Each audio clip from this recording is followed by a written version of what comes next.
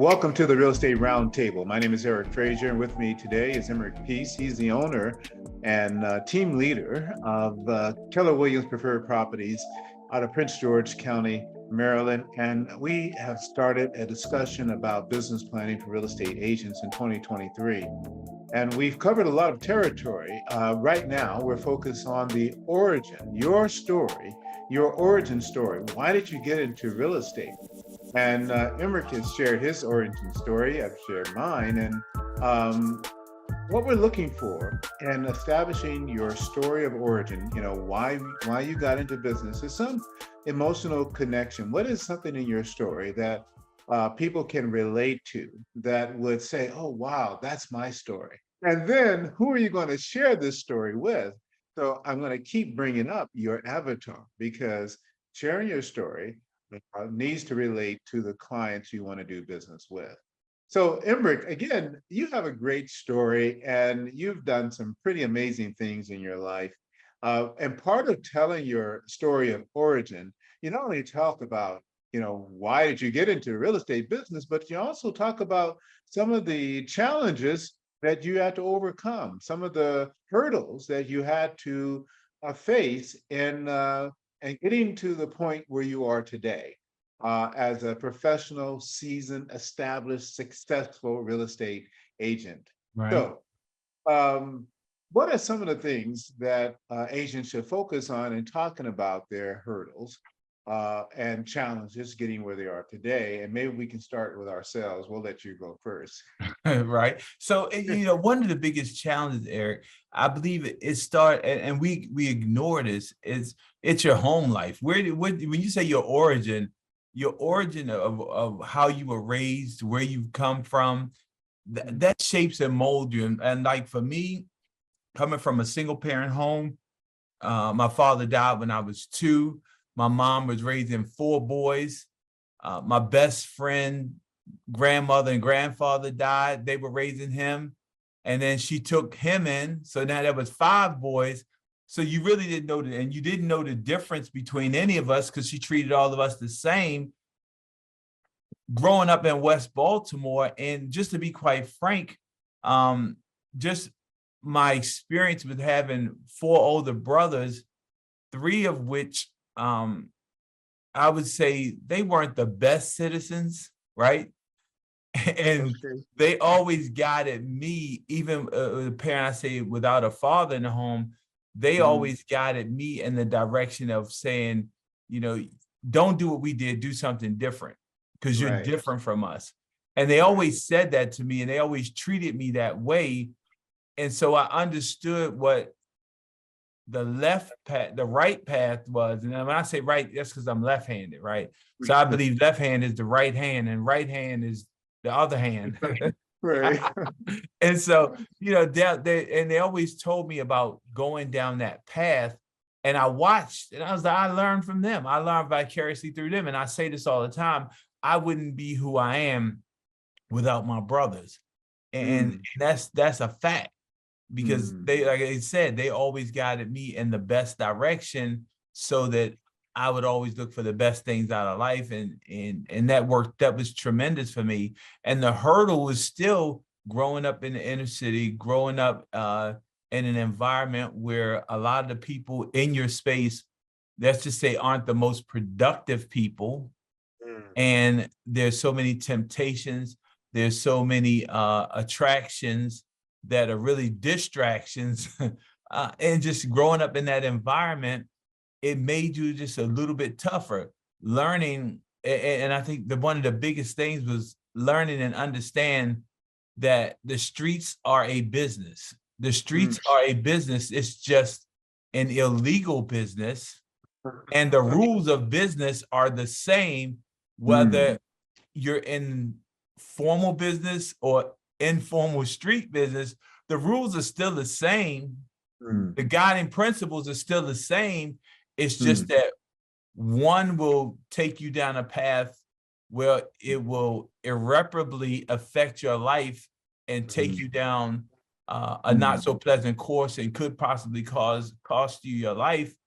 And then Right. the other part, from a legal perspective, the worst thing can happen is things just don't happen the best way, and you get a chance to start over again. The principles are still the same. People are still the same, because people are people. And in that space, the obstacles that you have to overcome is and for me, I'm saying for me is that I had to find the fortitude to resist the temptation of the street way and stay focused on the legal way. And then in those obstacles and those learnings, I've always been a hustler.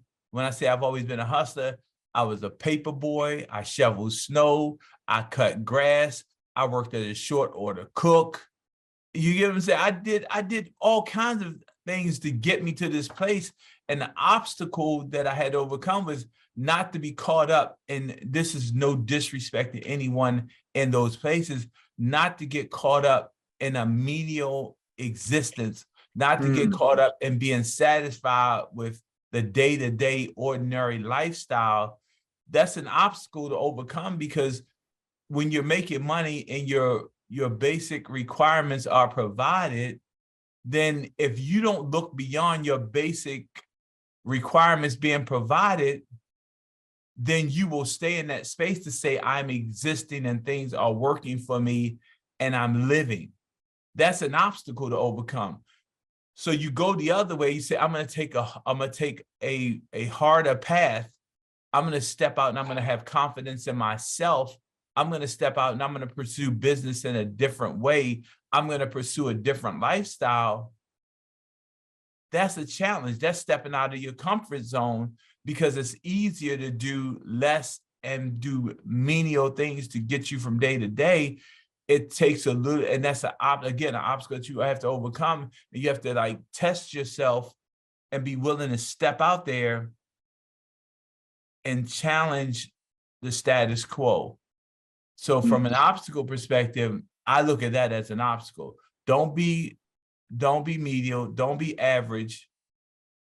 Look to place yourself in a position where you're above average. Now, let me be real. Overcoming an obstacle. Eric, in all of my accomplishments in life, I don't have a college degree. You get what I'm saying? So right. It's about that fortitude. It's about that willingness to step out and be comfortable being uncomfortable, and always testing yourself to push to the next level. And the obstacle is, don't get caught up in the mediocre average life. Again, get comfortable being uncomfortable. And so when we start talking about obstacles, that's an obstacle, particularly when you come from a quote unquote blue collar household. Emerick, one of the things, in fact, everything you've mentioned here, these are obstacles, these are hurdles that you had to overcome. But for many people, they become reasons why they don't succeed.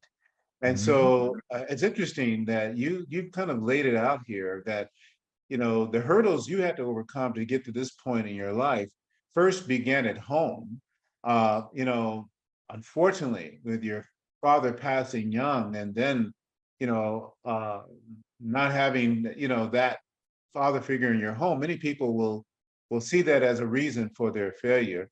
And then perhaps being one of five, being the youngest of five, maybe getting lost in the shuffle of life, could be another reason, right? And then, you know, making that transition, not going to college.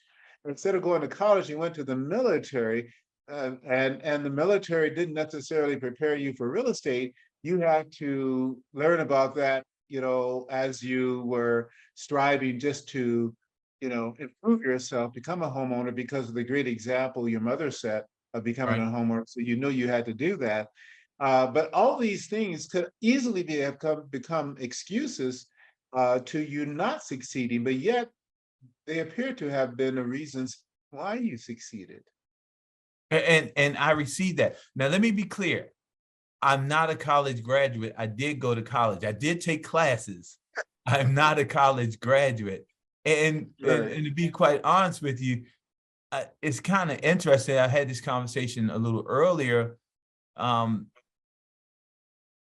call myself, and this is, again, we talk about hurdles and obstacles. I tell anybody, I was like the dumbest person in my household. My brothers are like super scholarly. They just chose not the best path of life. However, they're like super scholarly. I mean, when I say like, yeah. And I sit there and I'm like, dude, like you guys just had it all. However, they spent their time guiding me not to do certain things. Right. And I took full advantage of that. And I say this, and I say it unapologetically, there, and again, overcoming obstacles. A students work for BC students all the time. And I was a BC student, let me make that clear. And in that space, you just have to find that internal fortitude. You have to find that resolve. You have to be resolute in your goals and your objectives. And you just have to work through those things. And it's a little harder to work through them. And you have to persevere to make sure that the direction of wherever you're setting your goals and objectives, you're hyper-focused on making those things happen. So when those obstacles occur, those obstacles are not obstacles, they're just speed bumps. They're just speed bumps, because the obstacle fact means that they're impeding your progress. That's right. And when you make them speed bumps, they're just slowing you down. They're a minor impediment to wherever your goals and your objectives, where you want to go. And so with that being said, when we talk about goals, when we talk about obstacles, we can talk about bad partnerships. I've had a couple of bad partnerships. I've had a couple of partnerships that were just, it was just horrible. I can tell you partnerships to where it's costing you $20,000 to $25,000 a month, just that for almost nothing to sustain, to make sure that you can get to the next level. And you can't let things like that take you down. Again, it's your resolve. It's you being resolute in your objectives and your goal, and you understand that you don't let other people take you off your course. You're the only person responsible for your success. So in those failed partnerships, right, you don't let those things take you off your course. You find a way to redirect your energy, redirect your path, and you get back on track, because you understand what your end game is. And so again, obstacles, unfortunate partnerships, unfortunate situations in doing business. We had the market turn back in 2009, 10, and 11. That was the market was what it was. Again, when you're resolute in your goals and objectives, you find a way to work through those. You find a way to use those obstacles or those speed bumps as launching pads, because that's actually what happened in 2008, 9, and 10. Those things happen to be launching pads for me, because, and I'm saying for me in my environment, because I did not take them lying down. I used them as learning tools. And so what happened is, coming through that, you work through that, you keep becoming more educated, you keep working on your path, you keep working on your goals. So in turn, 2012, 13, 14, 15, 16, my life exploded. Because I took those quote unquote obstacles, which were really distractions, and I used them to my best benefit. And financially, my life exploded in that, between that 2012 to 2016, to a place where it almost insulated me against everything else. That makes perfect sense, Emerick. And so you have addressed two areas in overcoming. What are some of the hurdles you had to overcome to get to this point in your life? The first was the home life, your environment, how you were raised, your situation, your family, your environment. And secondly, then being in business, the economy, the changes in the market, having bad partnerships, all these things were hurdles that you had to, step over, that tried to slow you down, maybe even tried to stop you, but they didn't. They slowed you down maybe, but you were able to push through and to get to this point in your life. And being able to articulate what were some of the hurdles you had to overcome in your life? Being able to articulate that to others positions you to be a source of inspiration to others who may feel like they can't do it, whether it be to buy their own commercial building or their own home, or to invest in real estate, or to build a team from 0 to 600 real estate professionals as a real estate professional yourself. Right. Uh, these are tremendous goals that